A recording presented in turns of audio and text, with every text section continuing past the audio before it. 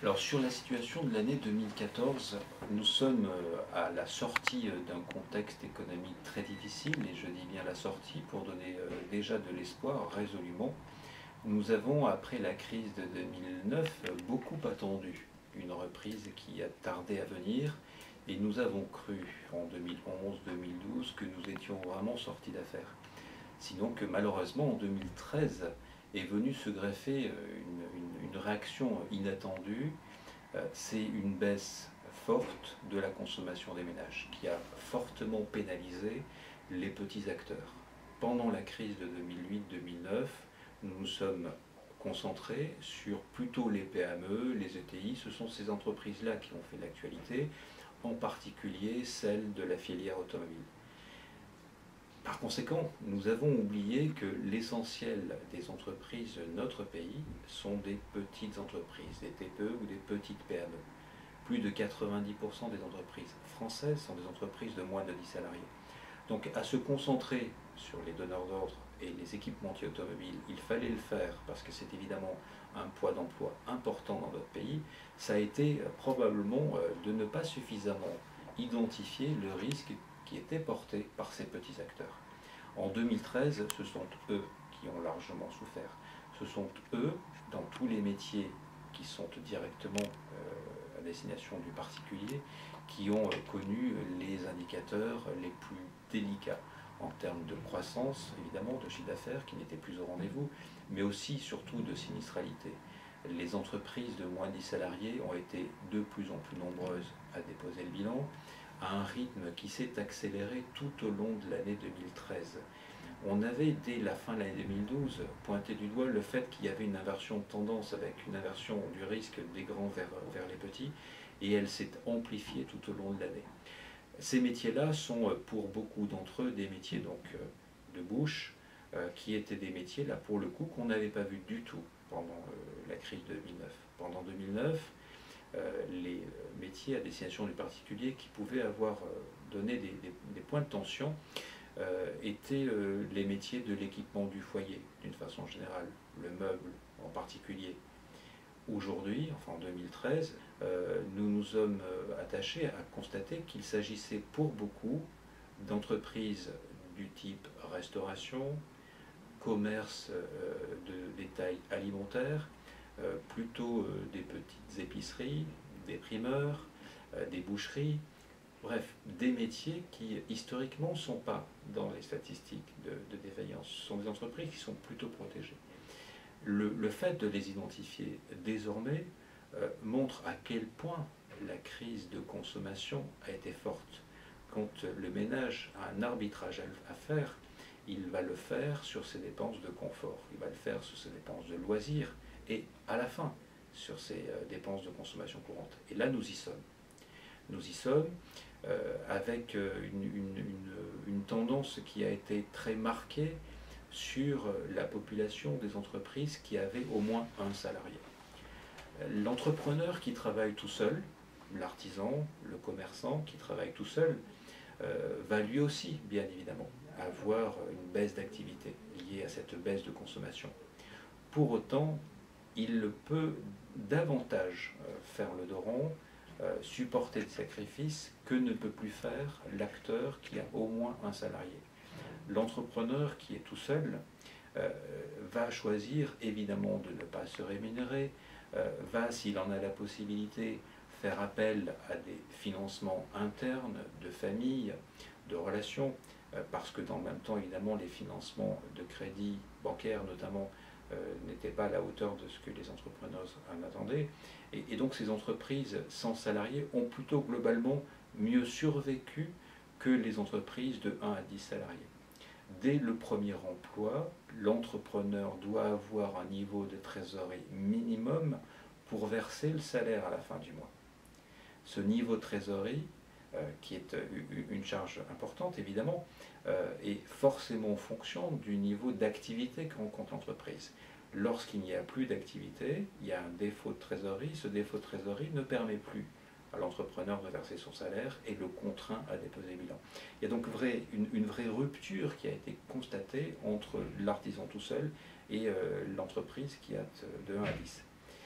Ensuite, le deuxième constat a été de mesurer que traditionnellement, dans la fragilité des entreprises, ce sont essentiellement les entreprises jeunes qui souffrent, donc traditionnellement des entreprises de 3 ans, mais même de moins de 5 ans plus largement. Ce sont des entreprises qui n'ont pas trouvé de la maturité de leur marché et qui sont confrontées donc à des remboursements d'installation qui sont évidemment importants. Sur le contexte de 2013, ce n'est plus la même observation que nous avons faite. Ces entreprises jeunes étaient moins nombreuses parce que dans le même temps, il y avait eu moins d'entreprises créées. La création a été portée pour l'essentiel par les auto-entrepreneurs. La création d'entrepreneurs individuels était en chute importante. On est globalement tombé de 100 000 créations d'entreprises individuelles traditionnellement à 80 000 créateurs. Quoi qu'il en soit, ces entreprises n'ont pas été plus vulnérables pendant la crise qu'avant. Parce que lorsqu'elles se sont installées pendant la crise. Donc avec le constat qu'il sera difficile de mener les opérations qu'ils souhaitaient mener.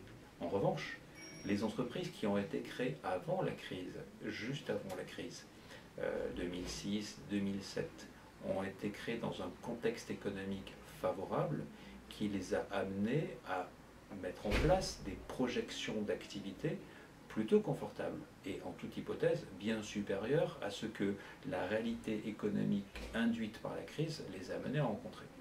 Ce sont donc, en 2012-2013 surtout, des TPE de moins de 10 salariés créés il y a plus de 5 ans, 5 à 10 ans, qui ont été les plus fragilisés.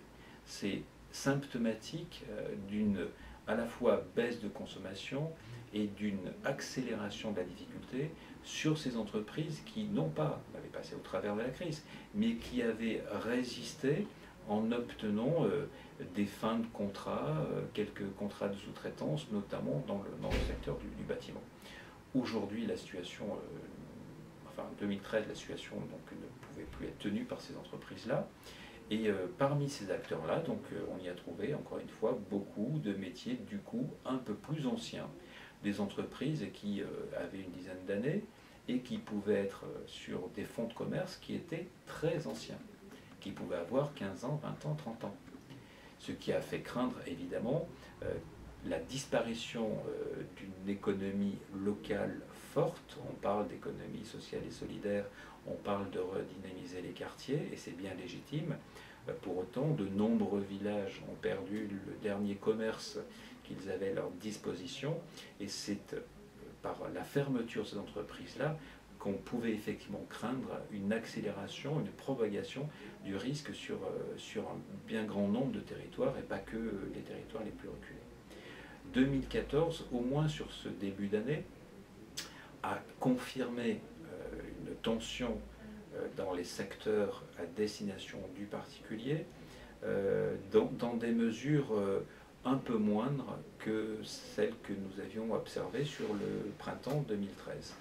Et le fait est que sur la fin de cette période, nous sommes début juillet, nous pouvons effectivement constater que dans la plupart des activités, des territoires, la situation est en train de s'inverser véritablement. Les indicateurs ne sont pas tous au vert, mais dans de nombreuses régions, l'indicateur est clairement bien orienté, et celles sur lesquelles il n'est pas encore complètement, il y a des signes, par ailleurs, qui confirment une amélioration. Alors ces signes, on les observe chez Altares, notamment au travers du paiement de l'entreprise. Lorsque une entreprise, elle fait défaut, lorsqu'elle dépose le bilan, une fois sur 4, elle dépose le bilan parce qu'elle-même n'a pas été payée par ses clients. Donc défaut de trésorerie et cascade. Nous avions effectivement sur le premier trimestre 2014 observé une amélioration peu importante, mais tout de même une amélioration du comportement de paiement des PME à destination des TPE. Et effectivement, sur le deuxième trimestre 2014, l'effet que ça produit, c'est que nous avons observé, comptabilisé beaucoup moins de défaillances. Enfin, beaucoup moins, on reste sur des niveaux élevés, hein, ne nous voilons pas la face. Quand je dis élevé, c'est qu'on a encore ce trimestre environ 15 000 entreprises qui ont fait défaut, c'est beaucoup. C'est 3000 de plus qu'avant crise, donc on ne peut pas évidemment accepter ce constat, mais pour autant c'est un millier de moins que pendant la crise. Donc nous avons une vraie tendance qui est évidemment davantage portée par l'amélioration qui a été observée d'abord par les entreprises tournées vers l'international, puis les PME, parce que ces acteurs de plus grande dimension, lorsqu'ils vont mieux, transposent leurs résultats ou leur activité à destination des sous-traitants. Donc aujourd'hui, ces petites PME commencent à percevoir en retour d'activité de leur donneur d'ordre. Le contexte reste encore compliqué. Mais d'une façon générale, la plupart des régions françaises sont aujourd'hui bien orientées. Il y a même des régions sur lesquelles la baisse des faillites est de l'ordre de moins 10, voire moins 15%. On est là donc sur ce deuxième trimestre 2014 à constater pour la première fois et très sérieusement une inversion du risque, une inversion de la fragilité qui ne peut que nous porter à penser que sur l'ensemble de l'année 2014, nos pronostics Altares se confirmeront, à savoir que nous resterons sur des volumes de faillite encore élevés, mais inférieurs à ce que nous avions observé en 2013, qui était une année aussi forte que la crise de 2009.